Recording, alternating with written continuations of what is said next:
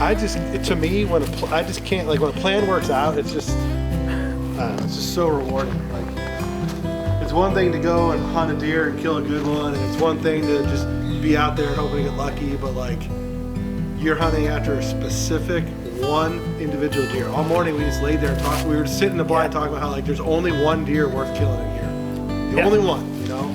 Yeah. And there he is. Right there. He's... All right, guys. Welcome to the Deer Shop Podcast, presented by Siman Brothers Outdoors and the Leaky John Boat Company. He went and watched a movie that has a $200 million production budget, and then the next thing he watched was our video on YouTube that has a $0 production budget. This is the first buck I've shot in over 10 years. Your track job was the first fun track job.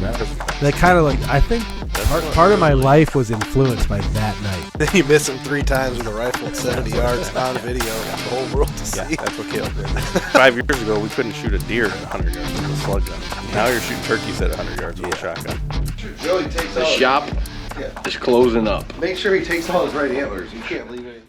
All right, guys. Deer Shop Podcast, episode 123, gun season part 2, love hate. We're going to talk about a lot of things we loved and went well in gun season today, and we're going to talk about Ethan's got some funny stories over there, some things that we hate about gun season. As you can see, myself, Ethan, and for the very first time, we finally got Tyler Arders on the podcast. He is one busy man. It's kind of funny because Tyler's like my oldest hunting buddy. We were hunting together before I was hunting with any of these other guys. I've been hunting with Tyler longer. I've been hunting with my own brother Ethan, probably. Yeah. But busy man, and we've never really lined it up. Tyler's the reason why we missed our first ever week of podcasting a couple years ago because of the old zoo buck story, which we've told a few times. But it finally all lined up. We had an awesome gun week. Tyler's story that we're going to tell eventually is awesome. It was one of my favorite stories that we've ever put together. The way it worked out and everything that kind of added up and lined up was just perfect. Ethan, how sore are you right now? Ungodly sore. My shins are sore. You have muscles below, like above your shin bones, and they're sore. So we had our annual fire department Christmas dodgeball tournament where our fire department challenges a couple of the other local fire departments, and we can do it all for fun, get together. And surprisingly, I'm not that sore. Like I can tell that I'm going to be sore. But I haven't started the soreness yet. I've been eating ibuprofen like Skittles. Yeah, my shins are sore and between my shoulder blades. Not a good. There's always injuries from that. So the best one, Tyler missed it because he was working yesterday. The best one was we had a new ball that showed up. So we took a ladder up to the balcony because we haven't been up to the balcony in the old Chatham School in forever. Boy. And there was like 3 balls up there, and one of them, it probably wasn't even from us. We found like a rubber ball, like a dodgeball, but it was small enough to like grip your hands on. You could really wing it? So there was one ball. What do they call that thing? The death ball? The sniper or something? Yeah, like that ball you could throw like Randy Johnson.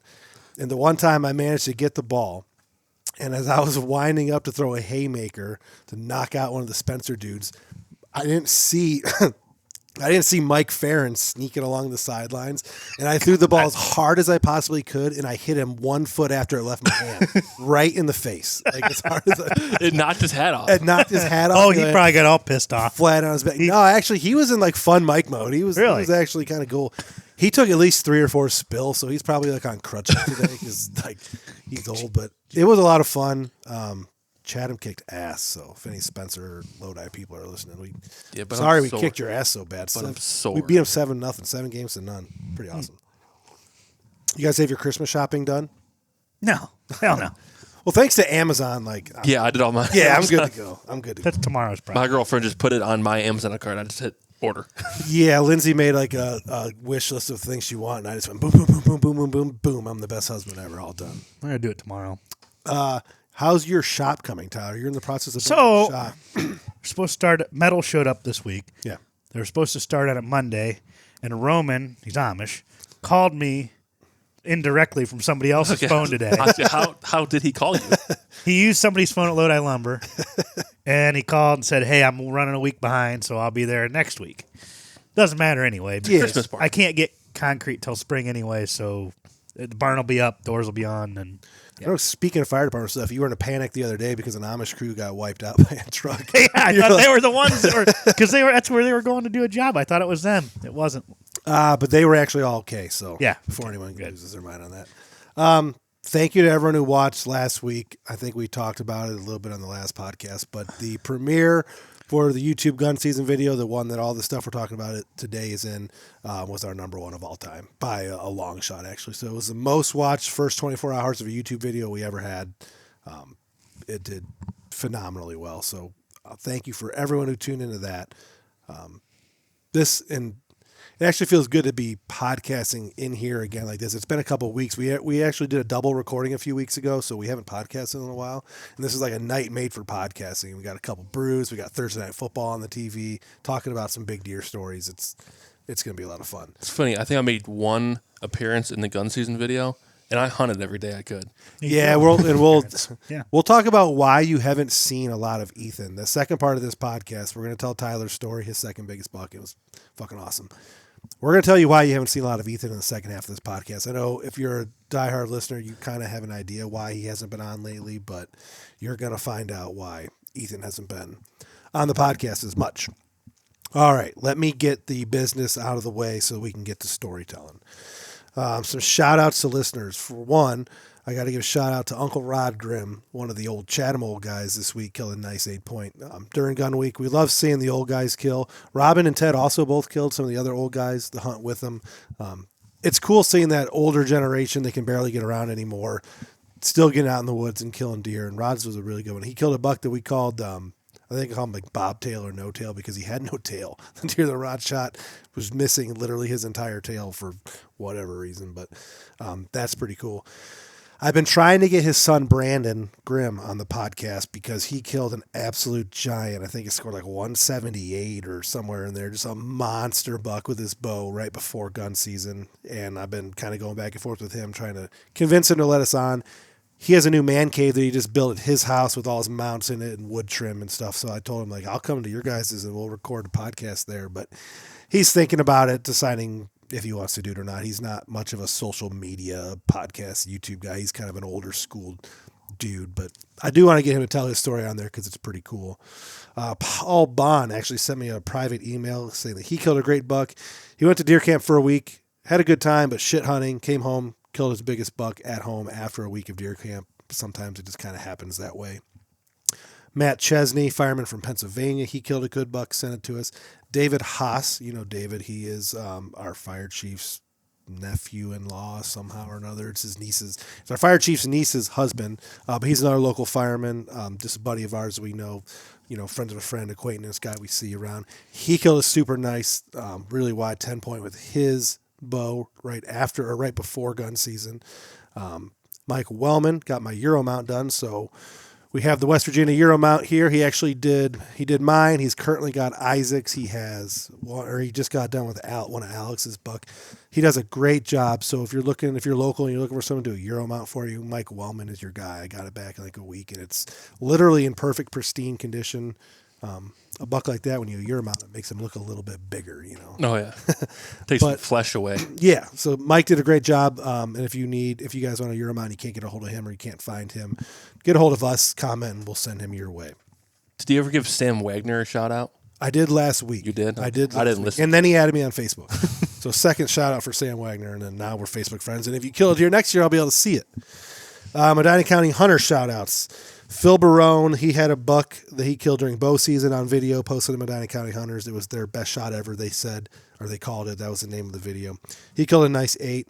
Jake Garrett, Russ Piper, kid we all went to school with. He shot, I shouldn't say kid because we're all like 35 or older now, but a gentleman that we went to school with killed a buck that was known amongst our group as the Valley Buck. That was a deer that Nick and maybe a little bit Freeman and Kasich and even a little bit Alex, that group of guys knew about this buck for a couple of years. He was at least 6 years old, scored in the 160s, I think. Russ Piper shot that buck with his son in the blind, I believe. So that's kind of a pretty cool story. Speaking of youth hunters, Weston Yatsko killed a nice big 6. Jake Daniels' son killed another deer. I think that's 3 on the season. He killed a nice buck with his, I believe, during youth weekend, and then he killed another doe. I believe it was a doe and then another doe. I think he's killed 3 that I've seen on there. Amy Shockley, so Gene Miller's daughter, Medina County Hunters, she killed a nice 8-pointer. Me and Nick heard that shot, I believe, when we were in the woods this week. Really, really nice 8-pointer. Dakota Osborne killed a doe with his 10mm pistol. So that's pretty cool. I have one of those, but there is literally zero chance I'd be able to kill a deer. No.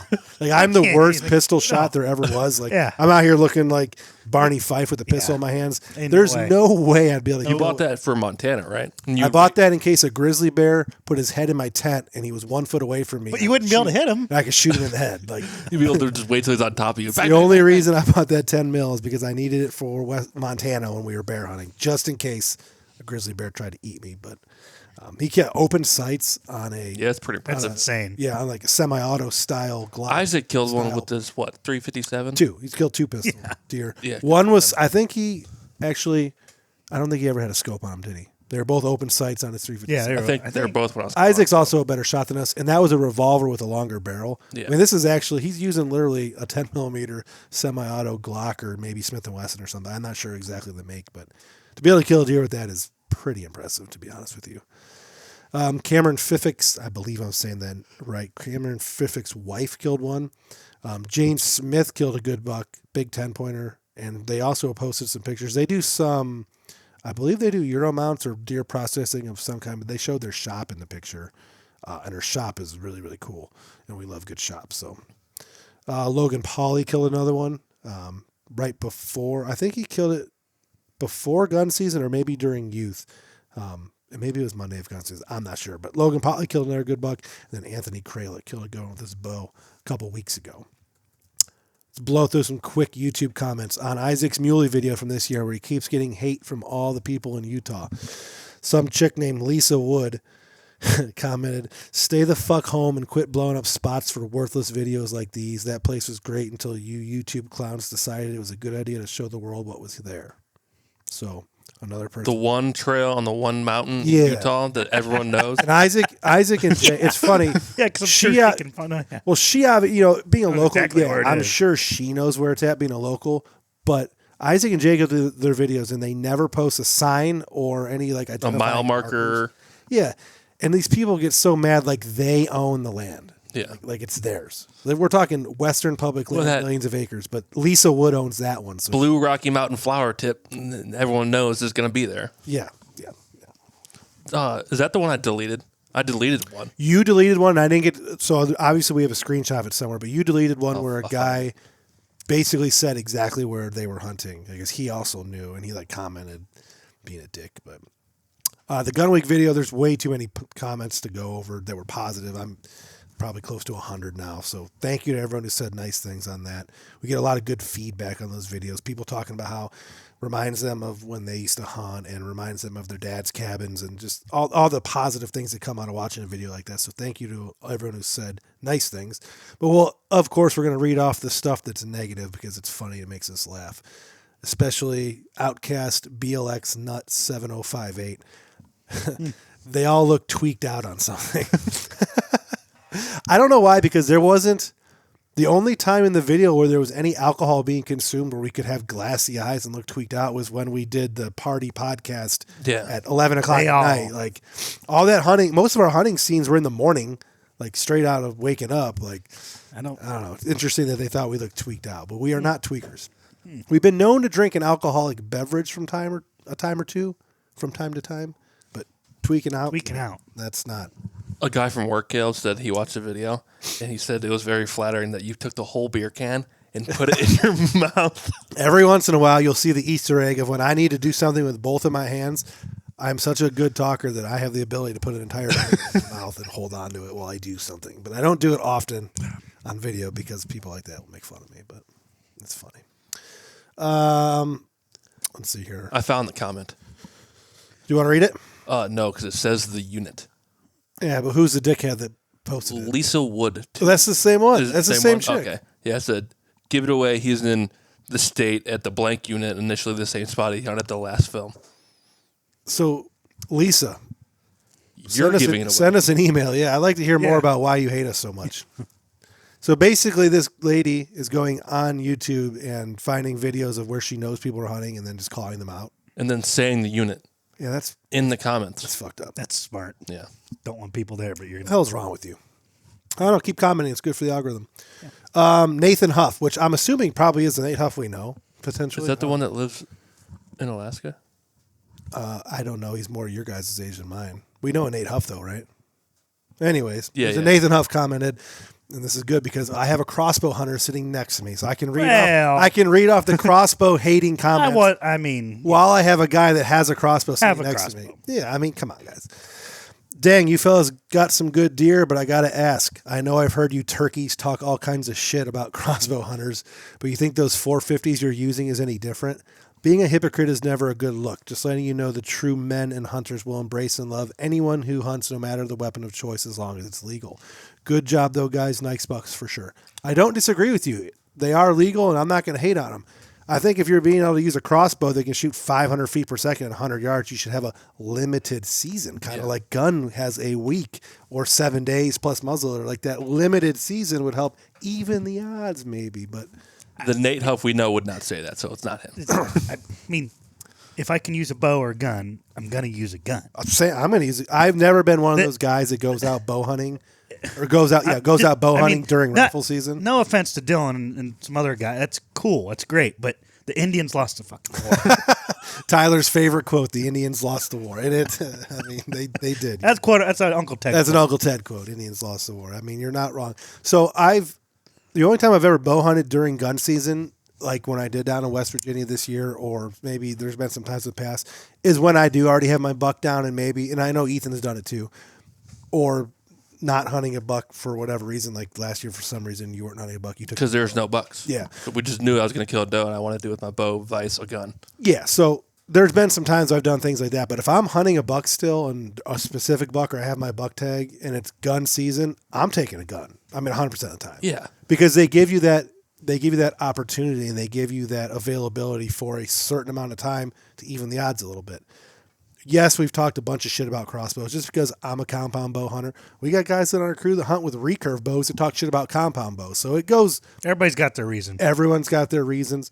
I think with a compound bow or recurve, you have to be able to shoot it regularly to go out and hunt with it. And I don't have time to do that. Crossbow, sight it in, it's dead on. Yeah. That's my reason. Everybody's got their own. Until you get excited and shoot one through the ham. Yeah, we've already brought for some reason Tyler's got two strings on this story already. That was, a little bit. Trust me, if I was shooting my buck that I'm hunting this year, I might not be able to pull a compound bow back on him. I mean, you can't. We keep referencing the zoo buck night. Tyler, I can't blame Tyler. He sets a blind up. This happened 2 seasons ago. They set up a blind. He gets in there on his little hunting chair, sets the crossbow against the side of the blind. 25 minutes later, he watches the first one was like a mid 130s, low 140s buck, just skirt out of range. Got his juices all up. This is exciting, right? And then 155, 160 class. He was gonna walk out 2 yards in front of the blind. Yeah. And as soon as his head got to the blind, he's went. And then he took off, and I shot while he was running. That was very smart. That's the problem when you have a crossbow. You feel like you have a You're gun. invincible, yeah. But it's so. And my point is, I don't have a problem with crossbows, especially. People are going to say, oh, listen, hear me out. I don't have a problem if crossbow, if you're elderly, strapped on time, there's a million different reasons why you might need to use one over a compound bow. Our big issue has always been we now are allowing this weapon that is like a gun that can shoot 450 feet per second, 80 to 100 yard shots during bow season. If they had a 1 month season, there might even be times where I might pick one up because I need the advantage of it. But the laws got a little liberal there, and the crossbow technology has advanced incredibly fast, and everyone has their reasons. And we like to talk shit every once in a while. This is the Deer Shop podcast. This isn't the make yourself feel better butterflies and zebras podcast. I think somebody should get into hunting with a blowgun, like blowed up. Like Tim I don't Wells. think they're legal in Ohio. Yeah, certain states Really? allow, but Yeah. I do not believe Ohio. Like Some those- states have started allowing those air guns. Have The you seen the air Gamos, guns? yeah. Like the CO2 powered, Yeah, they shoot more a of- bullet or a bolt. Yeah, okay. Yeah, we'd have to look into it. I don't believe that's legal in Ohio. But Buckeye Doe Downer, aren't these a group of guys who talk shit on crossbows? Nice rifle kills, LMAO. I guess if you say something like, man, crossbows are gay, you'll just never be able to live it down. No, and that guy's our biggest hater. Yeah, that's fine. Keep commenting. I love it. He listens every week and hates it every week. Yeah, what's the definition of insanity? Like he hates us so much, but he watches and listens to every video. Yeah. Or he makes sure to at least comment on every video. Watch for 5 minutes. Fuck you guys. Yeah, he probably secretly loves us. AJ Stevens. Happens often with myself and guns. Always has. 0 to little blood. No matter caliber of weapon. Will actually think my slug gun always left an excellent blood trail, but then switch to a muzzleloader to reach out a little farther. I'm a center shoulder guy. Might not be blood, but they aren't going far, if anywhere at all. Usually fall dead at that part with the shot the tree. Wasn't the tree. It wasn't the tree. No, it wasn't. We thought it was. Tyler thought it was a tree. That was a response to a comment about what weapons we're using, and I know that a couple people asked what weapon of choice we were using this year. Deer were killed with 12 gauges, 450 Bushmasters, 400 Legends, and 50 caliber muzzleloader in the video. So there's 4 different calibers of weapon. Nate Gardowski. That hill wasn't even that bad for dragging. Put your big boy pants on and get at it. Talking about gore. Yeah, talking about gore. No, I mean, the hill wasn't really that bad, but the problem with Gore's situation, and it got alluded to a little bit in the video, his dad doesn't exactly have the best cardiovascular health right now, and going down a hill and trying to drag a 250-pound buck would probably be bad. So they winched it out and made for There's nothing about that looked fun. No. I mean, dragging deer up a hill. I drug this guy down a hill, and it was the worst drag of my life. I couldn't even imagine. I'm sure that hill was twice as steep as what it looked like. Oh, yes. Oh, those hills down in Marietta, down there in Washington County, are like this. Like they're. Yeah, You remember when we hunted down Uncle Ted's? Yes, It was like. Yep. That's how West Virginia. Oh, it was is. terrible. Terrible. All right, guys. Tyler Arders. A lot of the local listeners obviously already know who Tyler is. Him and his family own Arders Farms. He's a John Deere salesman. He's been on the fire department with me for 18 years now, I think. We joined on the very same day. We've been hunting together since we were kids. Everything from deer, turkeys, rabbit, squirrels, you name it. We were hunting it. Tyler's wife has pictures of us as babies framed in his basement. Like there's pictures that are 10 days old. There's a couple old bathtub pictures in there that we're hanging up, framed, immortalized in his basement. I've known Tyler for 35 years. He was in the very first YouTube video we ever put online. That was the first one, wasn't it? It was the zombie turkey. If you haven't checked it out, you want to go watch a grainy video of a bunch of high Very school grainy. grainy video of a bunch of high school kids. How many times did you shoot at the High turkey? school, we were 18, right? Close-ish, somewhat around there probably. It was probably 2008, 9. So yeah, we probably just a long graduated. time ago. How many times did you shoot at that turkey? I shot all 3 out of mine, and then I grabbed your gun and shot all 3 out of that. But I hit it the first time and dropped it. Yeah. So for a quick recap of that video, Gobbler comes in, kind of hangs up in that 45-ish yard range. Back in the day, we were all using just 12 gauge with like number 6 shot. We weren't using TSS, any of that crazy shit. So Tyler shot, and the turkey went down and did a little flop jump, and then went down and flopped on the ground for a while. And There was other turkeys that come out and tried calling to them. yep, a big old gobbler came out. I had my gun, so like we're calling. It was a double bearded. The other bird was that big double bearded bird. Yeah. Calling Mine him was laying dead, like not moving. Yeah, calling him for a while, and I left the camera on Tyler's turkey on the tripod, and like we're calling this other bird. And the video, the grainy video that you can barely see, you see his head like pop up. Oh no! Like starts looking around, and then he just stands up, Well, he got up, but his head was like hanging off to the side. and he's limping. He's walking with a limp. His head's like dragging on the ground, and then he just starts running in circles. Because his equilibrium was off. Yeah, He thought he was just- going straight. He just started doing circles. running in circles. So I just started blasting. Literal, You know, it was just- literal circles. He was like He was going just going in 60 to circles. 40, 60 to 40, I 60 to just 40. boom, boom. And then I grabbed your gun. Yep. And boom. That last shot hit him hard because he Last was shot- running. And he did like a triple flip, and then he died for real. The best part about that is, like, a month ago, I was talking to a guy at the South Cuyahoga Sportsman's Club that owned the property, and we were talking about hunting. He's like 10 years ago, did one of you guys kill like a turkey out there, and like the thing got up and running around? I'm like, yeah, you see the video? He said, no, I was the guy in the tree line. I saw it all happen. I do remember there was a guy Yeah, watching us. this guy saw the whole thing happen. I'm like, oh shit. Yep. It was a very, very, very good story. I remember one time me and Tyler, so if you watch the videos in the YouTube channel, he's always in the gun season videos. He's usually always in the turkey hunting videos. He's always in the trout camp videos for the most part, but turkey hunting early, I remember one time, and it made YouTube eventually. this was back in like 2009, 2010. Me and your dad were hunting at your guys' main farm, not the one you own, but your main lease. And I remember your dad had never shot a turkey yet. So we had this bird come in on film, like 25 yards, and you and your dad are both sticking guns out to the side of the blind, and he's telling you to shoot it, and you're telling him to shoot it, and it just walked around us and then just took off, and no one ever ended up firing a shot. And the turkey just walked through the setup 25 yards, and no one killed it. Do you remember, when I was writing the script up, some old memories were coming back. Do you remember when we were hunting down the road here on Old Mill as like younger kids? We were in a double ladder stand together, bow hunting down there. Yeah. And I had a camera, and like the doe, we were hunting, like we were going to shoot a doe, whatever came in. The does were coming in. I remember like I stood up to get a better like angle with my camera, and the does spooked, and like you were all pissed off. And this was like, we were like literally like 16 years old prior to even having the YouTube channel. So we've been filming hunts together for a long time, obviously. The G2 episode of SBO Live, which is 2020 is when you killed that buck, I think. 2020 when you killed G2, Yeah, I believe. Yeah. It was 2020. Yeah. That's a really good episode of a really nice buck. But Tyler killed that year, and crazy track job. We tracked that deer for over a mile that day in the snow. Insane. It was insanity. But so he's been on some stuff on the channel. You've seen him before, but this is Tyler. First time I've ever been able to actually get him into the podcast, but we'll make it more of a regular thing going forwards. But we're going to start with the story of a deer that we called Tyler's deer, or Tyler's buck. I guess to go all the way back to the beginning on this deer, 2023, one of your leases, not your home farm, but one of your leases, got some trail camera pictures of it, but not really paying. He was a 3 or 4 year old deer. It wasn't really huge in the rat category. We got our first good look at it during that crazy deer drive. I think that, it was. Because that was the day. 2023, because he was probably 3 years old then, roughly. That's what we had him all pegged at. Yeah, I'd put him at 3. So all three of us that are sitting here were actually there that day.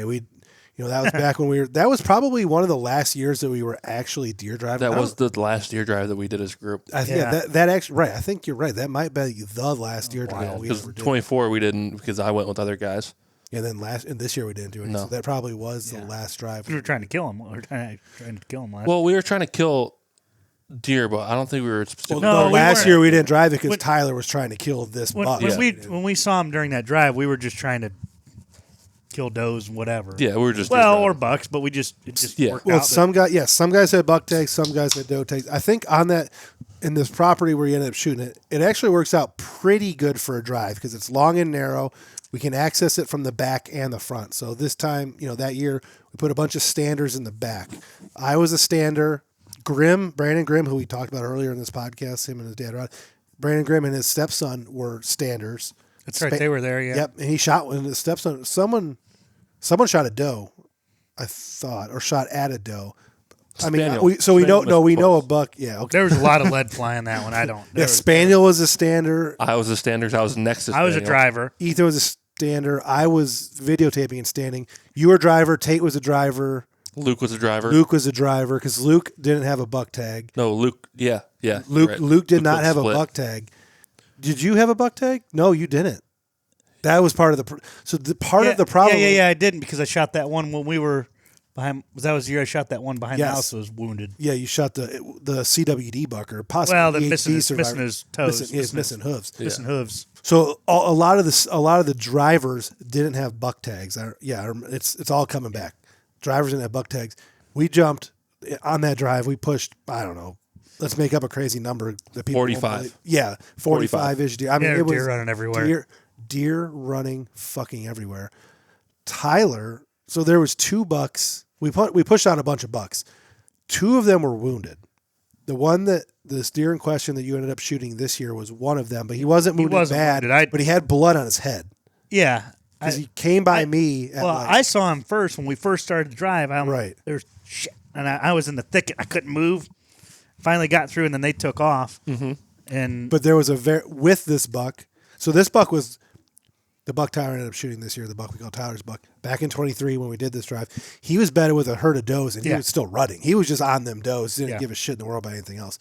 But in that drive, there was another buck that was wounded bad. He was limping, barely could move, blood all over him. I think we later found out that he had been hit by a car, we think, because he didn't have any holes in him. We think he got hit by a car. But Tyler has these 2 bucks within range of him, walking right up on him, doesn't have a buck tag. Luke also walked up on him, doesn't have a buck tag. The buck that Tyler ended up shooting, Tyler's buck, he came by me at like 10 yards. I got some cool GoPro video of him grunting and chasing these does. I pulled up on him, and I thought he was broken up. That's why I didn't shoot him. Yeah, because the way he was, I mean... The way his rack is, it's hard to... It goes up. Because it goes up. Yep. It doesn't go... It doesn't look like he has any tine length. And I didn't see much at the time, so I passed him like, he'll get a pass because next year he'll be better, not broken up. And I remember when we showed trail camera like pictures that. of him afterwards, everyone's like, ooh, maybe... Yeah, maybe we should have killed him. Spaniel did shoot at him. And He missed. did. Yep. And a doe. He shot at doe and missed. I shot at the other wounded buck. And Somebody missed. killed the wounded buck, didn't they? Spaniel ended up going. We ended up going into the thicket Yeah. after the drive, and Spaniel walked up within like 10 yards of said buck and ended up shooting him and putting his tag on him. Similar to what I did in West Virginia this year with this buck. I mean, we're not just going to leave a deer in the woods like that. So we, Spaniel burned his Ohio tag on a buck that I had shot at and someone else had hit with a car or something because he didn't have any bullet holes in him besides the one Spaniel ended up putting in him. But lead was flying on that drive. I mean, it was wild. it was an awesome drive, and it was cool that I have the video of this buck just running by me 10 yards away. The does and him were pushed from the push, but he was still grunting, just pushing these does through the woods. And, we had some trail camera pictures of him after that, but he wasn't really quite a radar buck yet. He was one you're like, yeah, okay. You just keep scrolling past him, kind of. 2024, last year, he starts showing up on trail camera a little bit more. And actually, prior to that, coming back to me because Ethan's sitting here, me and Ethan glassed him and videotaped him a bunch from the road in summer velvet. He was very recognizable with them crazy brow tines. He was out in this field quite often. There was a bunch of other people who knew about this deer that were watching him out in that field. So we kind of knew that he was going to be in that area. We knew that Tyler was going to spend a lot of time hunting him. We knew that Tyler had been there for the whole story the year before. And for whatever reason, he kind of got the name of Tyler's buck. Just kind of because. I don't know why we ended up calling him that, but for whatever reason, that year, that's what we started referring to him as. And he was in this property a lot. And Tyler hunted for him a very good amount, actually. That's the last time I bow hunted quite a bit that year. Yeah, you went in there with the bow. Me and you sat twice for him. Never saw him while we had our guns. Sat in that stand that we put up. I think there's a stand there. Right. So Nick actually built a good blind on the ground, and we hung a ladder stand kind of in the same area. Yeah. So this woods is kind of weird. It's very flat. It's very high stem count. So it's thick. I wouldn't call it thickets throughout the whole thing, but it's a lot of stems, a lot of trees, saplings. Did it get logged like probably 20 20 years ago? Yeah. 15, long 20? 30 ago, maybe. Yeah. Back when there's oil wells in there and stuff. Yeah. There's a bunch of old stumps. It has a couple terrain rises, but it's all like inch, 2-inch saplings everywhere. Yeah. And then That new timber. growth stuff. New growth and then some big timber. In the last gun hunting video from last season, there's a good hunt with me and Tyler where we had at least probably 6 or 7 different bucks. Yeah, 6 or 7 bucks came in. Yeah. And the 110 point was, it was one of those situations where if weren't you weren't after that hunting one, that buck, there's no way we just should. We had dozens of opportunities in that one. He was feed in front of us for a long Just time. didn't work out. And if I remember correctly, because we went through this after you shot it, the day that your daughter was born and you couldn't. It was opening day of gun season. He daylighted. Yeah. On trail camera. And then later, your daughter got baptized during muzzleloader, I believe. Well, yeah, it was and then the day before I hunted, didn't show up. Right. Saturday I hunted muzzleloader, he didn't show up. Sunday, Shirley, when she got baptized. Yeah, Milo was getting baptized. He was out in front of the camera all day. Yeah, right in front of the stand. Showed up in daylight. So yeah, we're in the church, and I'm like. And I remember you from when that all started happening throughout this whole last year, you always gave your wife crap about it. Oh, I tried to kill this deer, and it kind of made it just, it's funny how it further cemented the fact that this was Tyler's buck, 2 times where he could have killed him. You hunted for him a bunch that last year. 2 times that you could have killed him, you were doing stuff for your daughter. Literally her being born, literally her first baptism, things that you can't skip out on, obviously. But this deer just decided to be daylight on those days.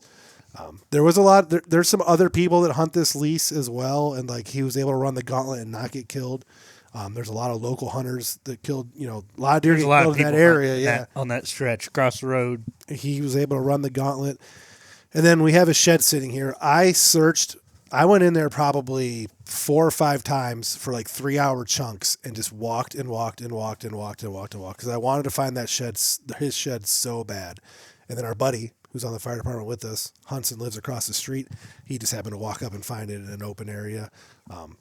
So we know that he survived the season. He had the shed at the time. I remember he brought it to the fire station. And I remember telling Nick specifically, that deer, when I was holding this shed, the one you're holding right there, if you're watching on YouTube, we have the shed in the shop here. That shed makes him appear so much bigger than we thought he was. We knew he was a good deer and a shooter and mature, but holding the shed, it's this guy's actually a very large deer. He is by far a trophy class animal. And that just further cemented the whole Tyler's buck. We need to get on him. This year we were going to make it a point to try and kill this deer.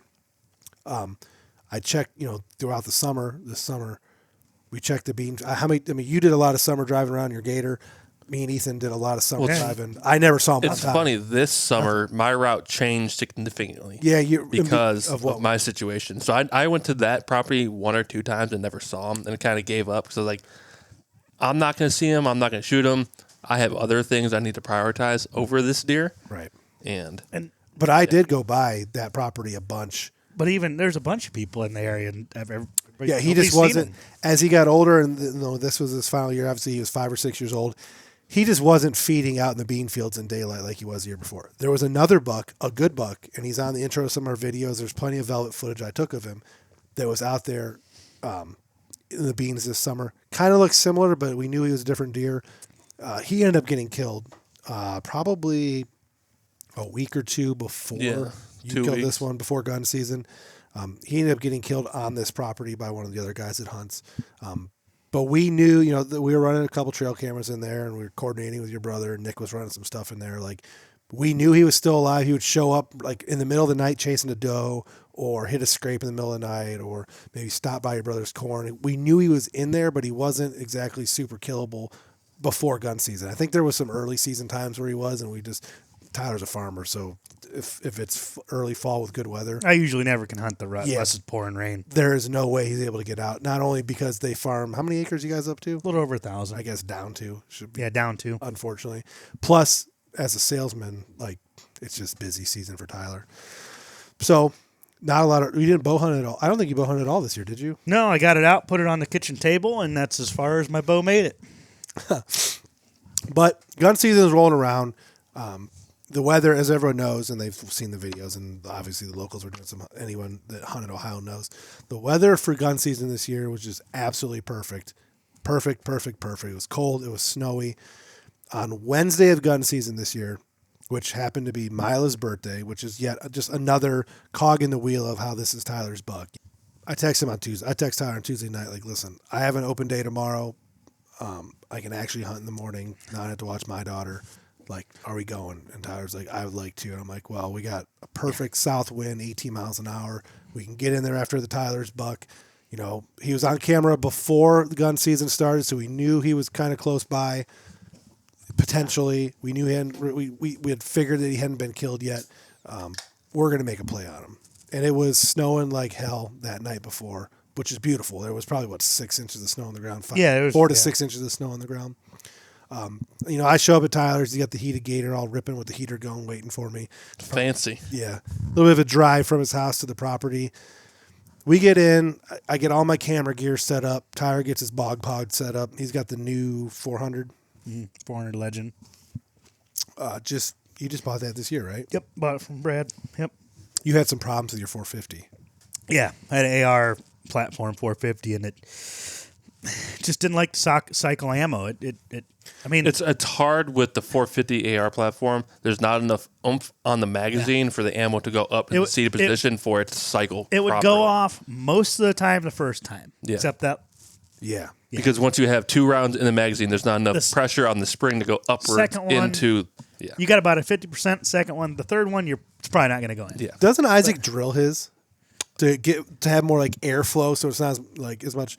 you want the pressure from the spring, but you don't want air pressure to push down. So Well, it's the I problem. think Isaac drills holes you, in his. You use a 5.56 mag, so Yeah, that yeah. spring's not designed for all that, and it just the reliability is just not there. Yeah, and then yours was all gummed up with. You that cleaned was it my well. fault. You cleaned that it was well. my fault 2 years ago. But, yeah. I cleaned it too well, and it was gun oil and stuff in there, and it was real cold that 'Cause it's one that day of gun season. Boar butter stuff. Really, really cold that one day of gun Yeah. season, and that buck that we found dead, it come Yep. running in wounded with his leg blown off. Yep. And I pulled up to shoot it, and it was just click. Yeah. And I threw the gun on the ground. Done. You know, it's Done. a shame because that would have been a really nice buck to Right. take. And it died like how far after I saw it. Yeah, I mean, we found it. The odd part is we went in during shed season, maybe a little bit, towards the end, like probably February. Maybe gun season bow season might have still been in, but we went in shed hunting because we were looking for the one you wounded with a crossbow earlier Yep. that year. We had a warm couple days of being you and Nick went in to see if Yeah. we could smell anything. Because Yeah. we searched extensively for that one you wounded with the crossbow, but we ended up finding the one that you couldn't shoot. Actually, he's on the wall over here somewhere, or maybe Nick might have it. I don't know. Yeah, It's he was somewhere. decent. He was decent. Yeah, he's probably 133, 135 inch 9. We found him with his leg completely exploded right where you missed, I mean, you were able to get the He shot. come hobbling in, and he was 30 yards. Yeah, he didn't make it and very it just far. clicked. And I'm like, after that, I switched to my muzzleloader, and I'm like, I'm buying a. I think Bolt you got Yeah. Ethan talked into buying one as well. It's 400 Legend, yeah, It's a smooth shooting, easy to sight in, and clearly it does it. Yeah, so Tyler's got the new 400 Legend bog. You have an actual bog pod, Yeah, right? Like yeah. the fancy ones. Yep. And I remember, we got everything set up, and it was you could see pretty good because it was snowing like hell, but it wasn't legal. It was light clear. There wasn't really much snow falling, but Right. The woods were snow covered. I remember I checked my phone for the time, and it was like the legal shooting light was 7:04 or 7:04. Yeah, 7. Yeah. And it was 7 a.m. on the dot. But I remember I had received a text from Nick, Yeah. and that he had hit the scrape at like 6 45 or something. or 5:45 or right before 6 a.m. That the buck we were in there hunting had hit a scrape. This scrape is probably 400 yards. Pretty far. Yeah, It's pretty far. But we knew he was in there, and I'm like, I put my phone back. I'm like, Tyler, I'm like, yeah, 3 minutes till shooting light, and he's in here somewhere. Like, holy shit, this might go down. And then at 7:10 on the dot, 6 minutes after shooting light, we just hear the loudest kaboom in our ear. So how far away that shot had to be? 50 yards. I don't know. It felt like it was 50 yards. It's probably 100 yards away. Yeah, the property line's probably just a little over 100 yards probably away. over. It's over 100, but it was- had to be, and it was upwind and to our right where we The thought direction that- he was going. Yeah, we're like, so we're instantly. Well, for the first minute, you're like you're sitting there ready because like you never know if a deer's gonna come running. And after that, we were like, all right, well, let's just we literally spent the next hour in the blind just talking. Because, like how he died. Yeah. We're like talking about how he died. man, we finally got in. I said, there's probably some hillbilly in his freaking underwear, his Crocs, shooting Flannel. off his porch, Be careful. Sometimes we call guys weekend warriors in here and they get all bent out of shape. But it's exactly what we were thinking. Like, Yeah. this dude, that deer just died. putting his kids on the bus. Our master, because it was Wednesday morning of gun season. You're not expecting to hear a lot of shots, and we hear one that close, that early, That And direction. we know the buck is in the area, and we're just like, fuck, And then, And that doe come in. yep, about an hour later, You I never didn't see it. never saw it. It was that same doe that was in there after I shot him. Sure. So it's perfect. Just like when I hunt with my buddy Chad, I'm blind, right? I am blind as He's fuck. blind, I'm deaf. I can't see. Tyler's deaf, so I can hear him. Tyler can see him. It's a good system. Tyler's like, she's feeding 50 yards, and I'm just sitting there with my camera. And they're. I thought he saw her. I thought he saw her the whole time. I'm like, there was a big tree in the way, but he's like looking around. I'm like, I never saw her. I never saw her. oh, one I time. didn't see her. I'm like, Never saw her Jesus. once. And she went in there and never come out. So. Yeah, she went into like the really thick stuff, and then we almost ran over by a button buck.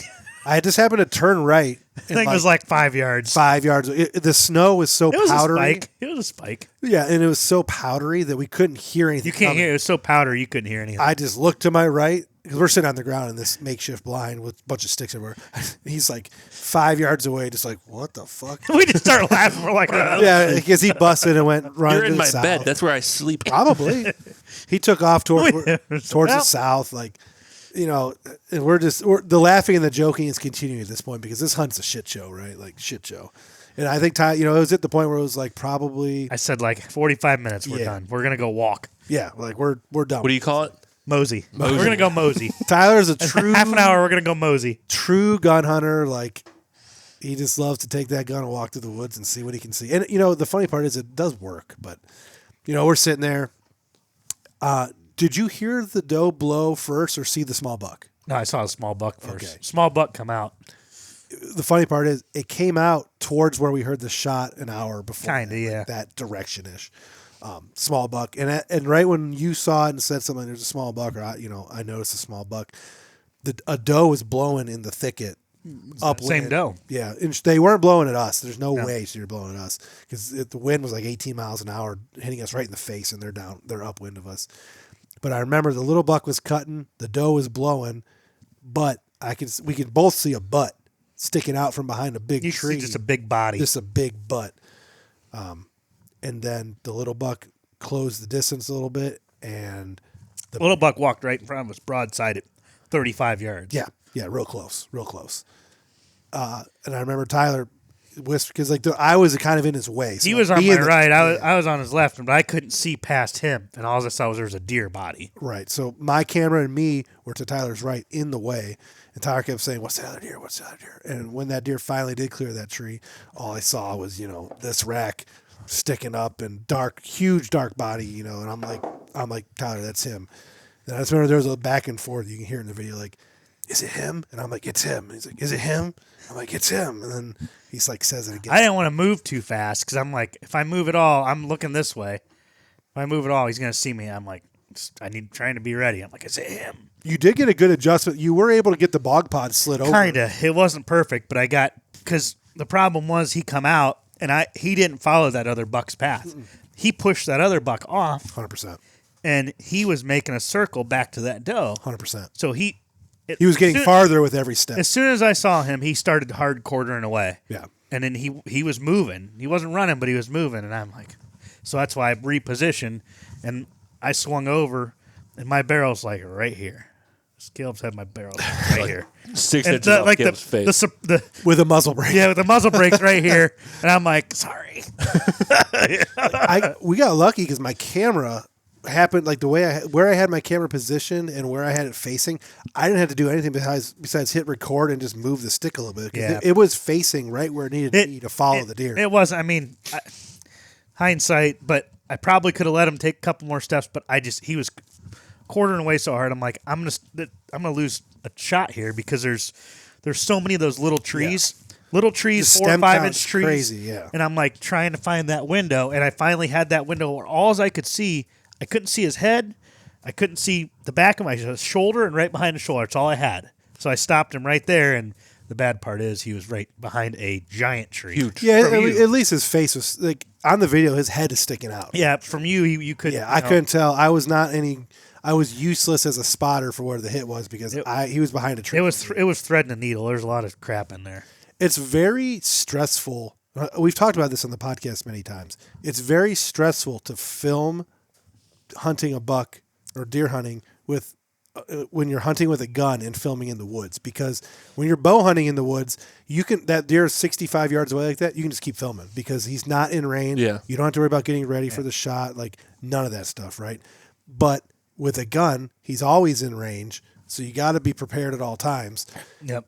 And, unfortunately, it didn't line up quite perfectly. I wasn't expecting you to stop him when you did. I wasn't expecting you to stop him right then and there, but you did. So I'm like, I just remember like you just, I'm like bracing myself because I know it's coming. I know it's coming. It's gonna be so fucking loud. And then you squeeze it off, and then instantly. Well, I thought I missed right away. Instantly, like, hit a fucking tree. Hit a fucking tree. It was like Nick's reaction with the blizzard buck. Missed him. So, to be fair, shit did fly. The problem was all the snow on the trees, all that powdery snow. When I shot, just where he took off, just shit's flying, and there's snow falling off the trees on both sides of him. Yep. And there's so many trees there. Tyler was Nailed a instantly in a bad. Nailed a tree. Instantly in a bad as frame of soon mind. as I shot and that shit went everywhere, I'm like, I nailed a tree.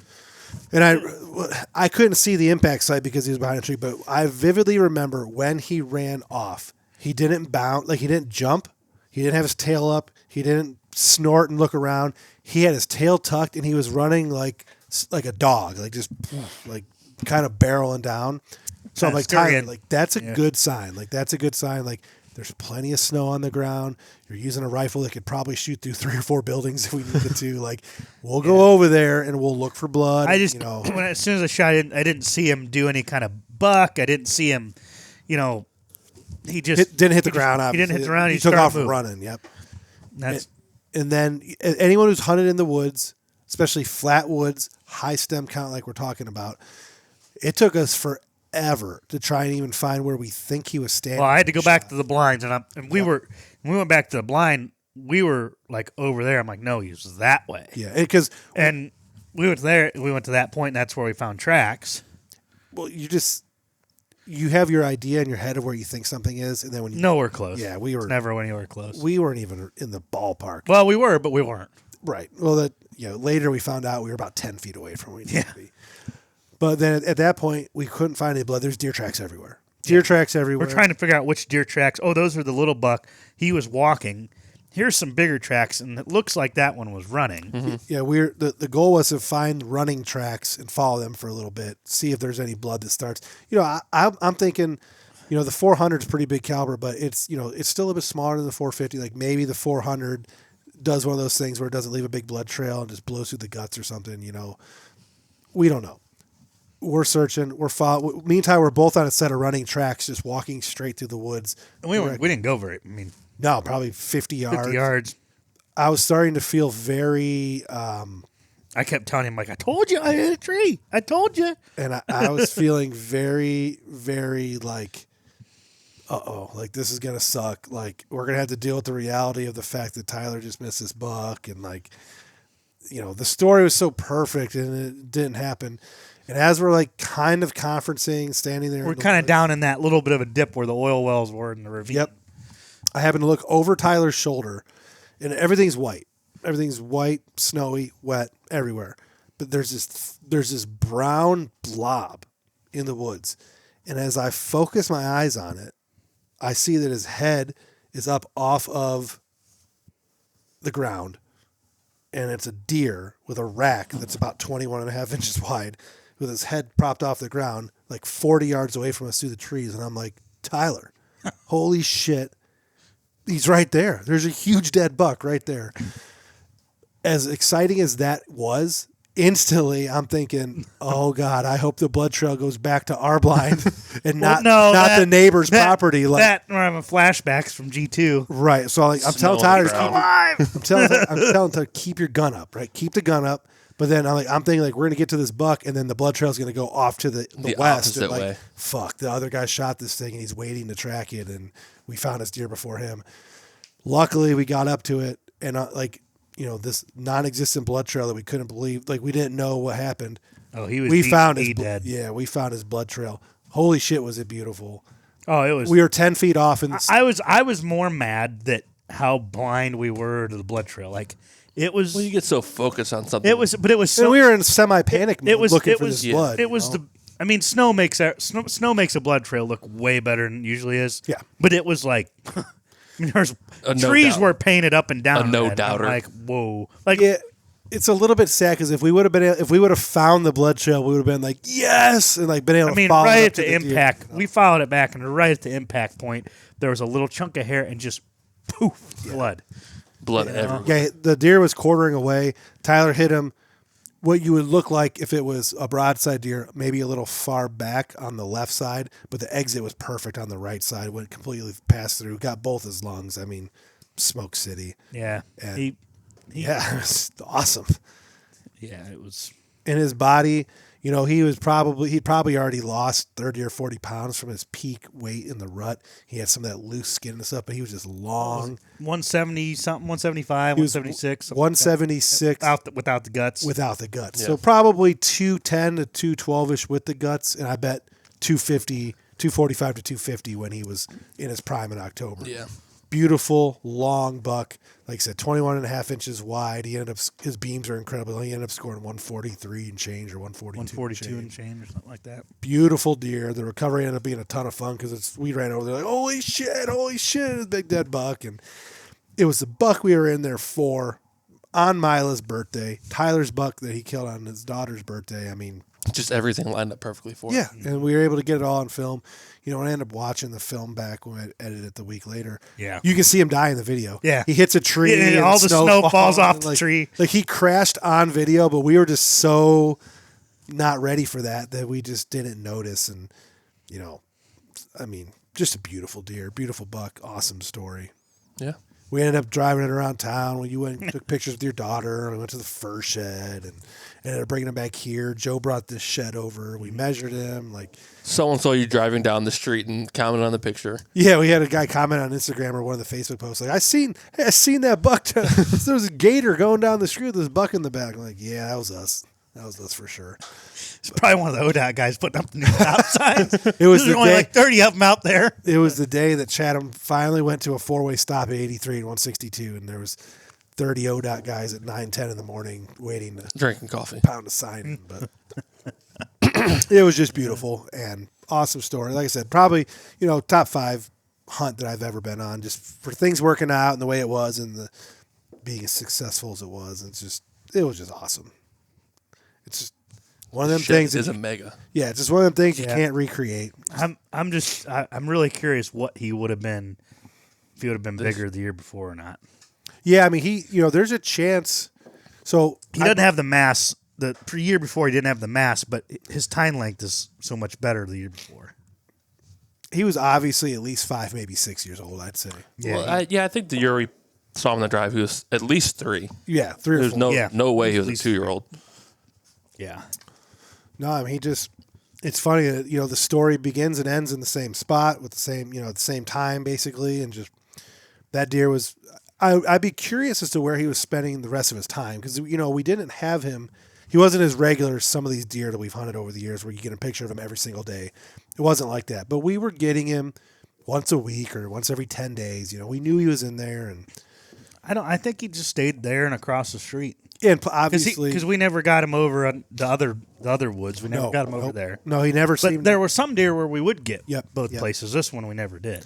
And to be honest, and also to be fair, we weren't running as many trail cameras No. there as we were some of the other places. So, there is a chance that he was a lot more regular. But, I mean, the story worked out beautifully, and you can't ask for any more, especially on a Wednesday morning during gun season. You can't ask for any much more. That's what the last one I shot. The last big one at G2 was on like a Thursday or Friday. Thursday or Friday It was a morning. weekday, yeah.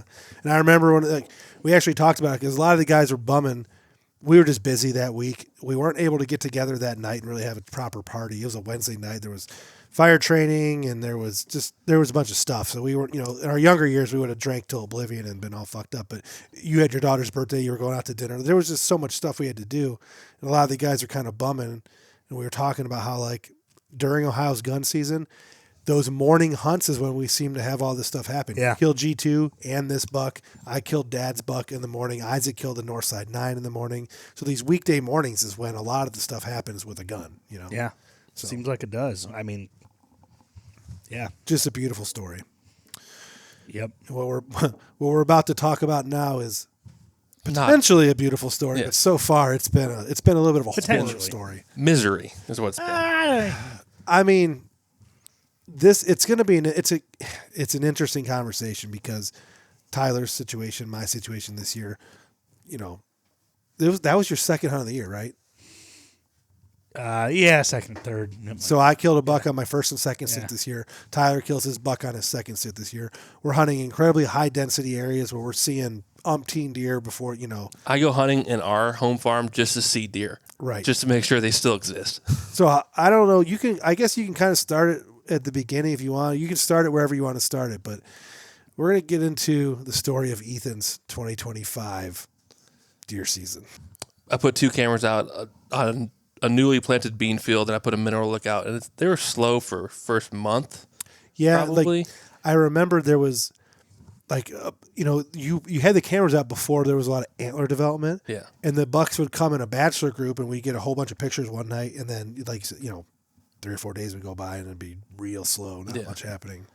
So I'm like moving cams around, figuring it out, and then I think July 11th or something. Yeah, somewhere mid-July. Yeah, something showed up, and we're like, "Whoa, yeah, what's that?" Yeah, for us deer hunters, and a lot of guys are gonna be watching this, and they're like, "Well, you got a wall full of like beautiful bucks, and you're just told a story about this 143-inch 8-point and all these deer we've killed." When we see that this deer showed up, that just our jaws dropped, and it just changed. It changed. It changed everything. Yeah. It just a deer showed up. This deer, holy shit. Yeah, and he wasn't a regular on the mineral licks. Like I would get pictures of a blurry deer walking in a distance, and like we're like, is that him? Is that him? Are we sure it's him? Yeah, it might be him. And then like I put a non-cell out, and there's beautiful browning video of this mega deer just hanging out in the morning, and then. I mean, if we wanted to put a number, I mean, It's Velvet 200. Yeah, when he was in Velvet, we were thinking he was probably 200.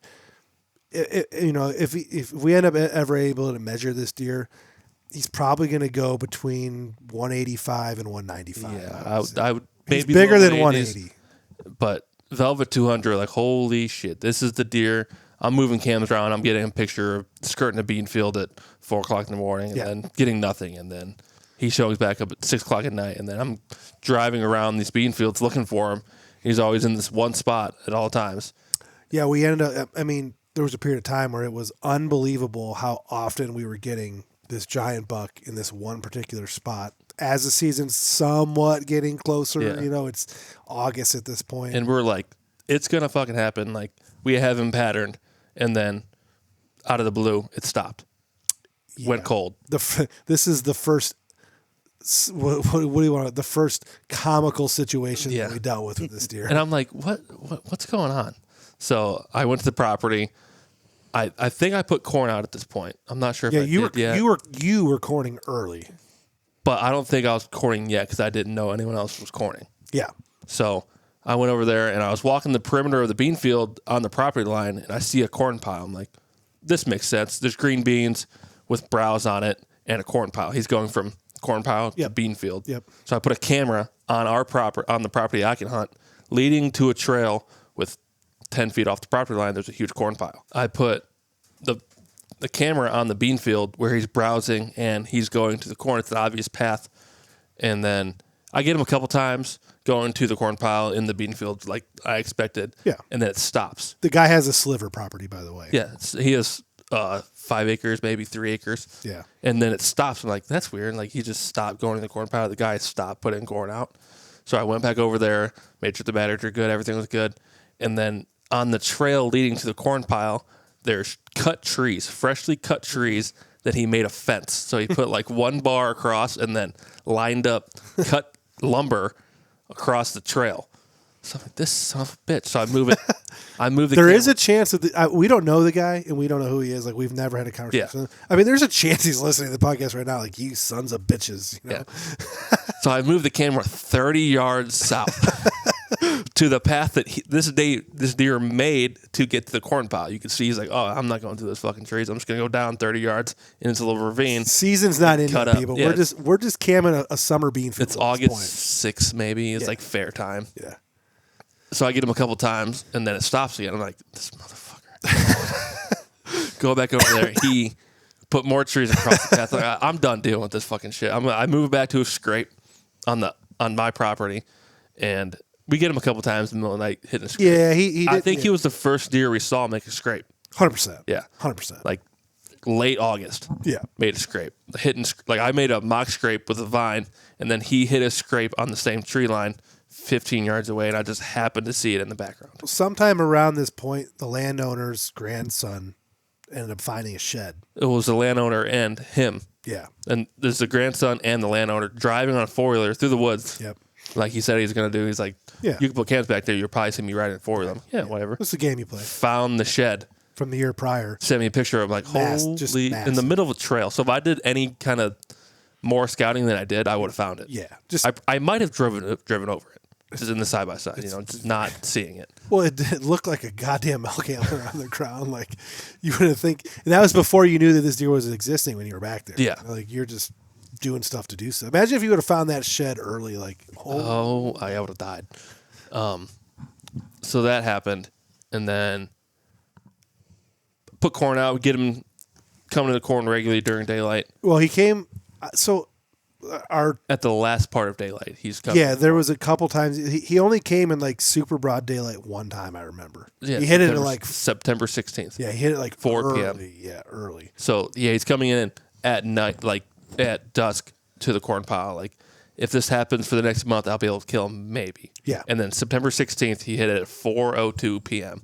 broad daylight. His rack is as white as a plastic table. Yeah, and that's kind crazy. That's kind of a key as to where he's living. He's now. not like we're in like big timber with some ag area here. This deer's living in like big ag with small timber. blocks of timber. Yeah, and it was the first one. I think might have been one of the first videos we see him in color with his velvet off. Yeah, it's crazy. The velvet peeled and he was already white. Yeah, like bright white. White. His antlers just fucking white. Like he was sitting in the sun for 6 months. He looks like a game farm deer. Yeah, but like we know he's obviously wild. Yeah. So September 16th, he daylights at 4 p.m. And then that was the last time he daylighted that we saw him till November 6th or 5th or something when I saw him on the hoof. Yep. I'm hunting a bunch. I probably hunted 30 times from September, season opened September 27th. Somewhere right around there. To the early parts of November. I'm hunting every day I can, morning, night, didn't matter. I'm hunting for this deer. Yeah. And I have had more sits where I've seen no deer than I've seen deer on the property. Every fifth hunt, I would see a couple does, a small buck, and then the rut happened, and all hell broke loose. Yeah, just let's touch on the deer numbers real quick, and it's even worse now after gun season, but it's startling because here where we're hunting, no secret to a lot of the audience where we kind of hunt. If you go out and don't see a deer, something's fucking wrong. The average hunt, we're seeing 10 plus deer, maybe even more. Ethan's hunting this area where he's going multiple hunts in a row where he's not even seeing a fawn or with a button bug. With good wind too. It's like this isn't willy nilly. You got a a saddle, so you're hunting a saddle this year. You can move it all around the place. You're making sure you're always having your wind blowing to one of the neighbors' small lots, or out in an open field. Yeah. When you say you're hunting every day, it's still smart hunting. Yeah. I'm not blowing the property up. It's meticulous. I'm going in there when we should see deer no matter what, and it's just not working. And you also, before we get to the November blow up, it got to the point where you're like, I need to fucking know. I need to know more about this deer. And you went out and acquired a shit ton of property. Yeah. And the day I acquired the shit ton of property, I hunted it, and I'm like, I'm gonna go. Classic. Me, Nick, and Luke were cutting up Luke's deer, I think. Or Nick was in here when Luke was cutting up his deer. Mid-October, mid to late October. Yeah.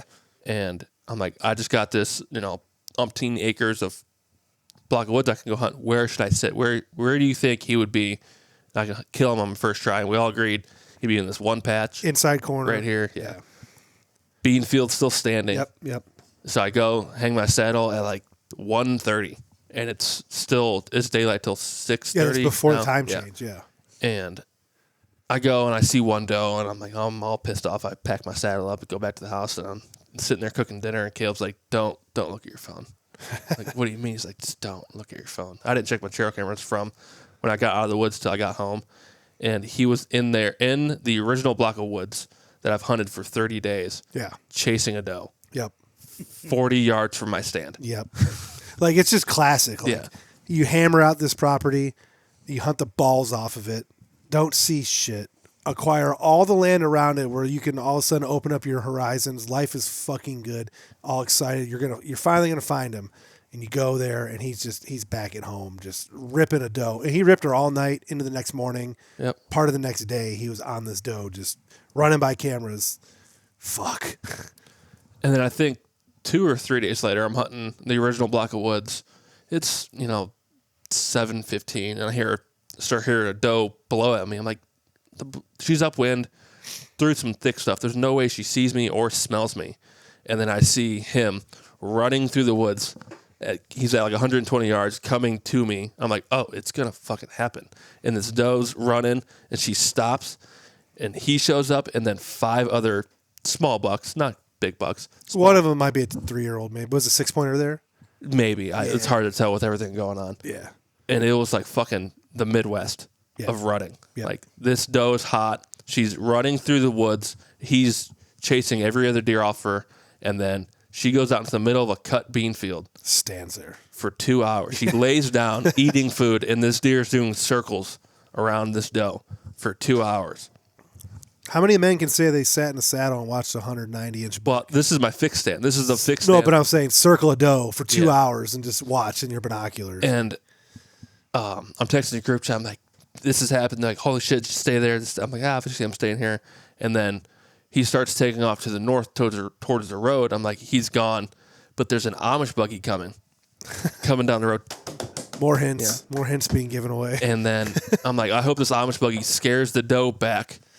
And then he follows her. Amish buggy goes by, and then she comes into my field. Yeah. And he follows her. Right? The path I took in the morning, he crosses it. Doesn't matter.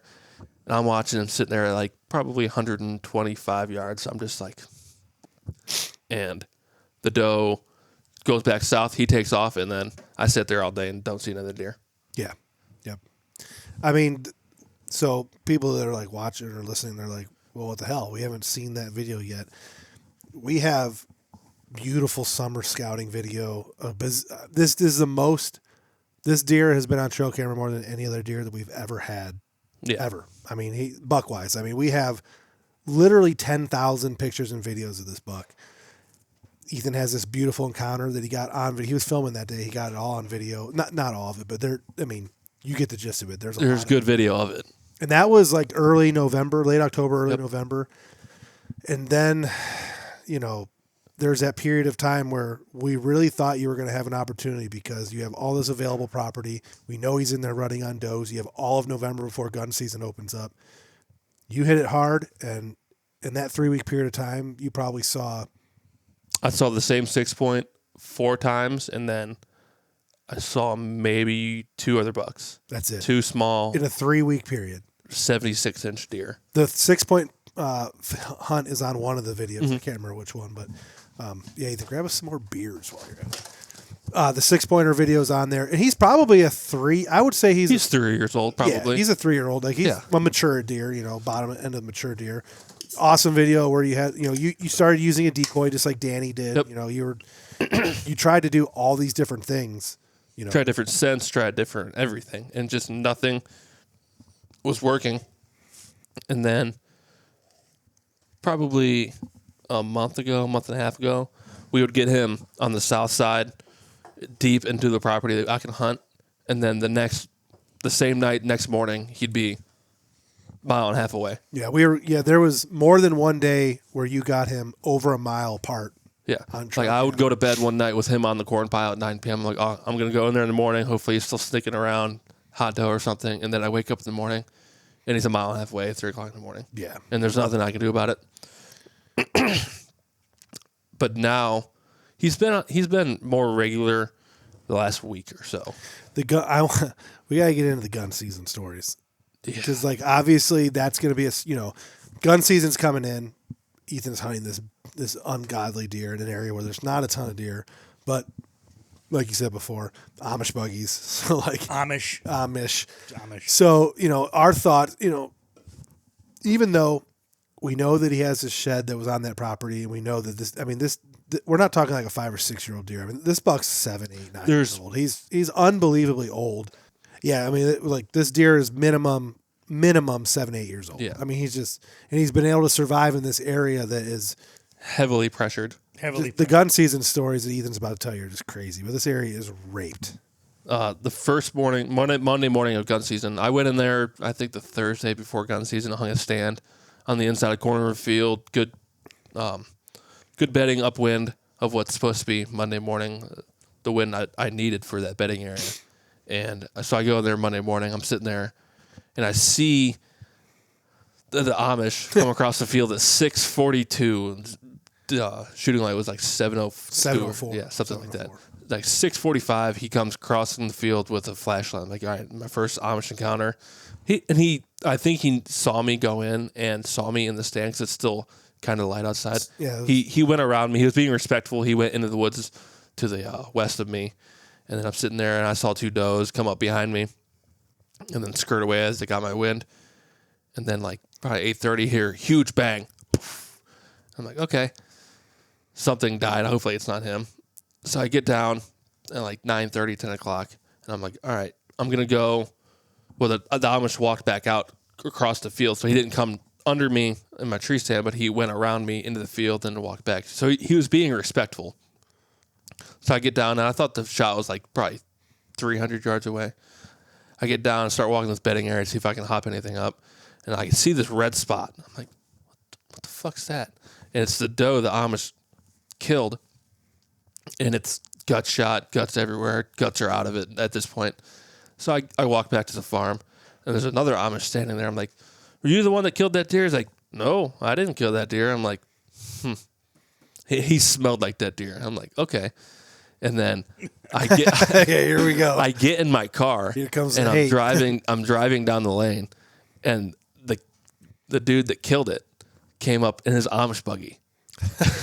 I'm like, oh, you the one that killed that deer? He's like, yeah, I killed that. I'm like, good shot. He's like, I didn't really get a good shot. I just saw movement through the trees and I shot. I'm like, oh. Was he wearing orange? No. I mean, there's nothing better in the world than hearing, like, I shot it movement. I had no idea what it was. That's how. Also, I'm not wearing orange. It's just like it gives you that uneasy feeling. Yeah, because yeah. So I'm like, all right, that's a good doe, I guess. And then I watched them take the Amish buggy across the field and into the woods to pick this doe up. I'm like, do I even hunt that block of woods at that point? What's the game plan here? Your mental morale at this point is just shot. It's below zero. Yeah. And then I hunted a couple more times, and then he's alive, but well, so for one. Let's backtrack to later on Monday still. You get a text from the landowner's son about the dogs. Mm-hmm. Both sides of the property. The landowner that can hunt does not allow the Amish. The original piece does not allow the Amish to hunt. But the new piece does, and he doesn't care. He's like, yeah, just go kill whatever. I don't care. I'm not a hunter, so it doesn't matter to me. But the landowner's son was hunting the original piece that I was not hunting Monday morning. He texted me. He's like, yeah, they're running dogs for deer on the other side of the property line on their property. And it's just a huge shit show. So here's the wild part about gun season down there. The cameras died. I'm not talking batteries died. I'm talking we were getting 0 pictures of live deer anywhere Ethan was hunting. Except in the middle of the night, almost every single night, this fucking deer. I don't know where he was hiding. Obviously, with his size, his age, his history, he knew the game. He knew the game he was playing. But this deer was on camera almost every night during gun season. 2, 3, 4 o'clock in the morning, just walking through these woods that the Amish had just raped. But not on the same camera. He's on different cameras. Yeah, he's just right. He is making his way around, and he's obviously somewhere close by ish, and he's not abandoning the woods at night.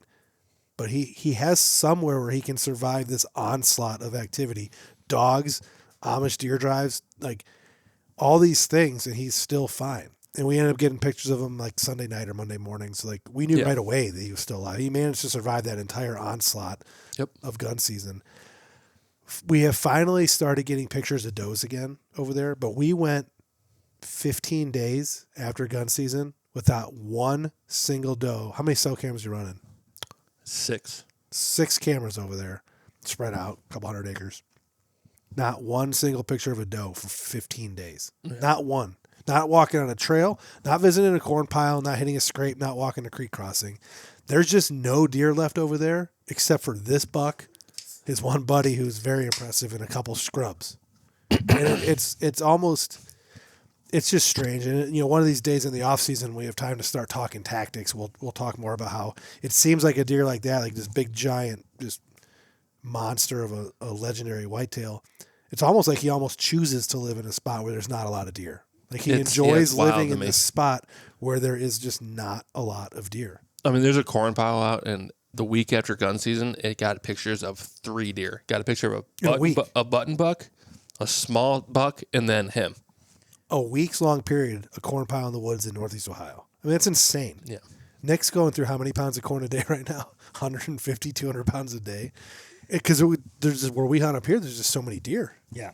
And down there, the corn will rot before it gets eaten. What else is crazy is we know people who hunt, not right there by it, but we know people who are kind of in the general area hunting, and they seem to have normal deer numbers. Yeah. But like your spot that you have stumbled upon is for whatever reason, no deer. There's no deer, but there's just one. Did you go out at all after gun season or no? I've been out a couple times. Yeah, I moved my saddle around. I've done a bunch of different things to try to get wind position and travel routes and this, that, and third. We think we know where he's living now, and his home is about to evaporate, actually. Yeah, there may or may not be some things happening to where this deer lives where he's going to just lose that spot because of... Yeah, it's going to be gone. Like the farmer... Physically gone. The farmer bought the property, and it's going to be field.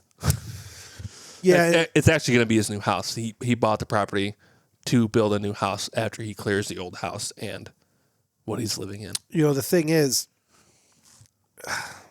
it's so strange. Like, this deer, when was the last time we had him in daylight? Was that November picture? Veterans Day. Veterans Day. Okay, so he Veterans showed up Day. 2 minutes before last light because me and my girlfriend went on a date. Yeah. On Veterans Day. And he was... But it's funny. He showed up on daylight, but I would not have had the chance of shooting him. Yeah. Because he was on the other side of the property, on the other camera. Yeah. It's just, it's frustrating because we are still getting this deer, I don't know, probably every 3 days, 2-3 days at night. Right. This week, it's 5 out of 7 days we got him. So he's, like I said, we've never had as many game camera pictures or deer camera pictures of a mature buck as we do this particular deer. But we've Ethan's pretty much exhausted all efforts on being able to get into him where he could possibly hunt him. We have permission to hunt pretty much everything around there. It just hasn't been possible. I mean, we're going to continue to try to unravel the mystery of where he likes to bed, but the story's great, and obviously we're all cheering for you. It's just, I guess it was time to tell it on the podcast because we haven't really, we've dropped hints to it. Yeah, we've dropped these hints here and there that Ethan's hunting a giant. He'll tell a story one day and blah, blah, blah, blah. But it was a perfect... It could. Good. The weather's not going to be ideal. No. Kind of wet, kind of rainy. 40 and good wind for it, though. Today was strange. It was 0 degrees like 4 days ago, and today was like 60 something. Yeah. But there's historically not as many people out the extra gun weekend. Doesn't seem No, and It goes Saturday, Sunday, Monday, Tuesday, right? No, Saturday, Sunday. Muzzleloader goes Saturday, Sunday, That's Monday, right. Tuesday. Is it Saturday, Sunday? It's not Friday, Saturday, Sunday, Monday? Because it's like changed in the past, it's Saturday, Sunday. Yeah, muzzleloader goes Saturday, Sunday, Monday, Tuesday. But second gun week, usually there's not. And unfortunately, a lot of people have asked us, like, umpteen questions. Anyone who knows about the situation asks us these questions. And the thing is, we just don't know because this is the first year Ethan's hunted this area. Mm-hmm. We've never hunted it before. There's just so many things we don't know. We didn't know what the gun season pressure is going to be like. We didn't know what the bow season pressure is going to be like. So we're not exactly sure what the extended gun season pressure is going to be like. And the woods kind of suck because there's one thicket that I have my stand on the one side of, and everything else you can see through. Yeah. It's 40 acres, the property. It's like 30 acres of woods, but I can see from my stand all field edges besides one thicket. Yeah. And I know he's not living in the thicket, obviously. The chunk of woods you're hunting is only 14 acres. Yeah. We call it the 14. Side note before we end, Spaniel said that guy wasn't going to make a catch. He has like 5. I'm trying to the group parlay we put together for this Thursday night but he football changed in the it. background. Yeah, we never ended up using it. But Spaniel's like, this guy is not going to... He's actually never caught more than 2 balls all season. Yeah. He just caught touchdowns. He said that he cannot catch. Apparently he can. Yeah, well. But yeah, we're going to give it hell this weekend. And then my set stand that I have there, it's good for gun hunting. For bow hunting, he'd pick me out from 150 yards away if I try to get my bow. Yeah, I mean, but I'm utilizing my saddle, which is hard to get busted out of for a bow, in my opinion. So I think that obviously if we get through this weekend and he's still alive, we got to start getting prepared for the late season game. It's going to be baiting. It's going to be the proper winds, blinds, all the things. Blinds. Well, I don't think a blind would work because it's so open he would notice it. I think You my get it saddle. and I'm okay with that. If you're willing to hunt negative 12 degrees, blowing snow in January 28th. I think my saddle is going to be the key because I can hide myself better in different locations and not have this huge mysterious blob show up that he's like, I've been living here for 8 years. What the fuck is that? The thing is, at this point, if he survives this weekend, the only thing that's going to kill this deer is the snow and the cold and the desire to feed. I mean, it's a different style of hunting than we're used to. You know, if this deer was living here or living in one of your properties, Tyler, where you guys have even more deer than we do, you could bank on November rut. There's going to be 1 million does in heat. He's going to show up often. That's the way we've killed a lot of these deer. That just didn't happen with this buck. Yeah. It's just not even an option. So it's going to be interesting. It's been fun, though. It's been learning. Yeah. It's learning a lot. It'll be one hell of a fucking story if you're able to kill this deer. Yeah. For sure. Matt, born again Matt, texts me about every 4 days. Yeah, he asks me about it too, and I kind of keep him updated. Like, yeah, he's still alive. Yeah, he's sucking corn. Yeah, he's not seeing nothing. And it's also weird because he comes to the pile hour and a half after daylight, and then he doesn't return. Usually the bucks come to the pile, leave, go do something, come back. A couple times in the night, he's there at 6 p.m., 6:30, and then he's gone. Yeah, and he shows up 1.5 miles away just walking through random woods. Yeah. It's wild. You guys got anything else? Nope. How'd you feel about your first podcast? Pretty easy. Cool. Yeah. Yeah, it's good to bullshit. Yeah. I like it. Yeah. Good reason to have a couple cocktails. Maybe we'll I would like to get you back on sometime in the spring to talk about stuff that you actually have a lot of knowledge in, like soil quality and some of our food plotting type stuff, because you actually have Hope it rains. You actually have a degree in some of this stuff, and like you actually have some knowledge. Yeah. We're gonna get off here. We're gonna tape that shed. We're gonna tape that shed. We're gonna watch a little bit of football, and you guys are gonna go to work tomorrow. Yeah, I'm gonna go. I gotta go Christmas shopping. Oh, yay! There's nothing wrong with Christmas. I got mine out. You gotta get the old Amazon. I got Blair a stuffed whitetail this year, like a plush, like a toy, like a full body. Yeah. Okay, good. Did you get the head one? Yeah. Perfect. It's hanging up in my wall in my room, right? I almost bought the head because she loves stuffed animals. Like the right multiple antlers. Yeah. He looks like Cook right now. So she loves stuffed animals and she loves deer. She goes every night before bed. I had to take her down in the basement so she can pet all my deer mounts. Yeah, I got her a stuffed animal head. We can put it on her so she can put it on her wall. Yeah, pet it. That's perfect. Yeah, you're gonna win the brother. You're gonna win the uncle of the year present. Luke texts me every 3 days asking what to get her. Yeah, I know. Like, dude, she's a kid. I'm glad you didn't buy the one I did. I bought the full body one. That's funny. Yeah, with the antlers on it and shit. That's crazy how that's why Mila is like. She just points at she's a year old. I say deer, and she goes. Well, Blair actually does the whole like. She actually says it, deer. And then like the last one on my wall is Traveler. She goes, big buck, big buck. Fuck yeah, it's a big buck. All right, guys, Deer Shot Podcast, episode 123. Love, hate, deer, gun season. Yeah, We're out. We're out.